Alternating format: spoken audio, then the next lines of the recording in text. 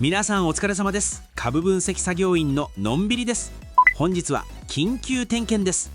前回 KDDI の子会社で巨額の架空取引が発覚し、3月末の調査報告書と決算発表を待つべしとお伝えしていましたが、ついに本日2026年3月31日その全貌が発表されました。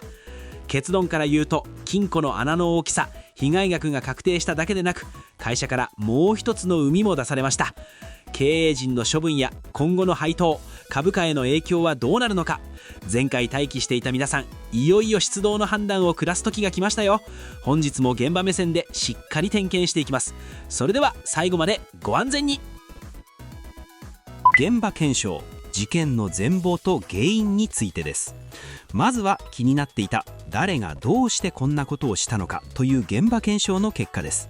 特別調査委員会の報告書によると、架空取引は遅くとも2018年8月から2025年12月まで継続的に行われていました。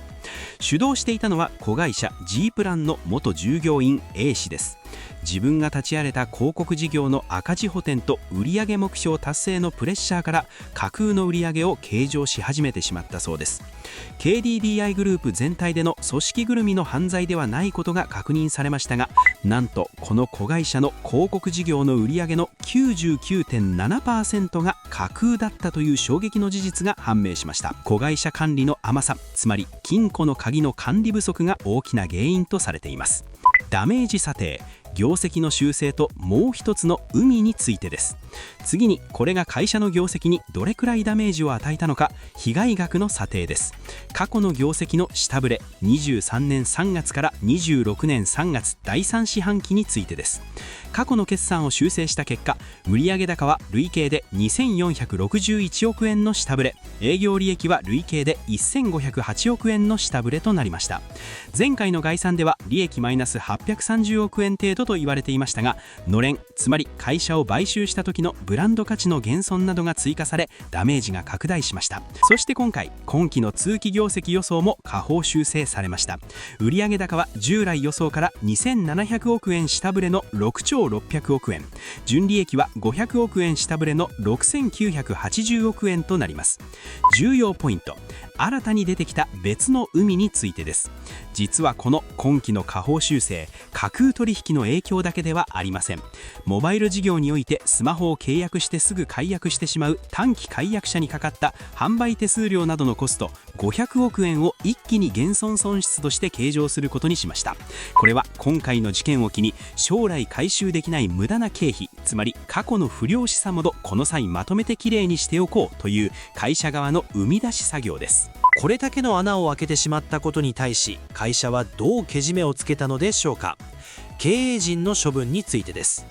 子会社であるビッグローブの社長と G プランの社長は本日付で引責辞任しました。また KDDI トップの高橋会長や松田社長も月例報酬の3割を3ヶ月間自主返納すると発表しています。実行犯への対応についてです。不正を主導した元従業員2名は懲戒解雇、さらに外部に流出してしまったお金約329億円を回収するため、損害賠償請求訴訟を起こすとともに刑事告訴も検討して、すでに警察に相談済みとのことです。現場としてもルールを破った者には厳しく対処し、二度と同じことが起きないようにグループ全体のガバナンス、つまり監視カメラと二重チェックの体制を強化していくと宣言しています。結論、それでは本日の発表を受けた最終判定です。今回の下方修正や追加の減損500億円というニュースだけを見ると大丈夫かと不安になるかもしれません。しかしこれらは過去の帳簿の修正と一時的な生み出しに過ぎません。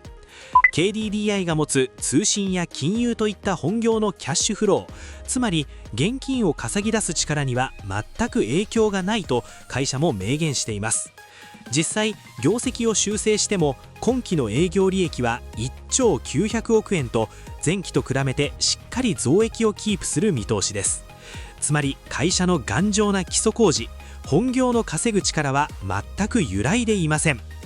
株主還元についても5月に予定されている本決算の発表や次期中期経営戦略の発表は予定通り行われるとのことです。投資戦略についてです。前回の動画で悪材料が出尽くすのを待とうとお伝えしましたが、まさに今日全ての海が出されました。明日以降、この大幅な下方修正という見出しだけを見てパニックになって株を売る人が出るかもしれません。しかし本業の稼ぐ力や配当を出す体力が無事であると分かっている私たちからすれば、もし株価がドカンと下がるようなことがあれば、そこは絶好の拾い場、おしめ買いのチャンスになる可能性が高いと判定します。ぜひコメント欄で皆さんの意見やこの決算を見てどう動くかなど現場の声を教えてくださいね。今回の点検が少しでも参考になったら忘れずにいいねとチャンネル登録をよろしくお願いします。皆さんの応援が私の日々の点検作業の励みになります。それでは皆様、本日もご安全に。